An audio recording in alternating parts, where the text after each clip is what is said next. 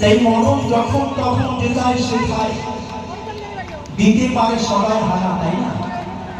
মরণ কারো কথা শুনে নাও না, তাই তো নাকি?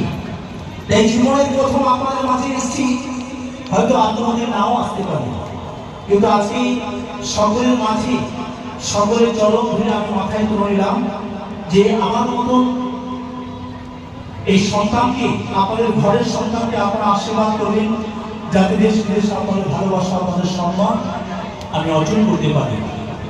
তাই সবাই মিলে, আচ্ছা কারা কারা বৃন্দাবনে গেছেন একটু হাত তুলেন। কারা কারা বৃন্দাবনে গেছেন? সবাই। তাই আমার কাছে মনে হচ্ছে কষ্ট করে টাকা পয়সা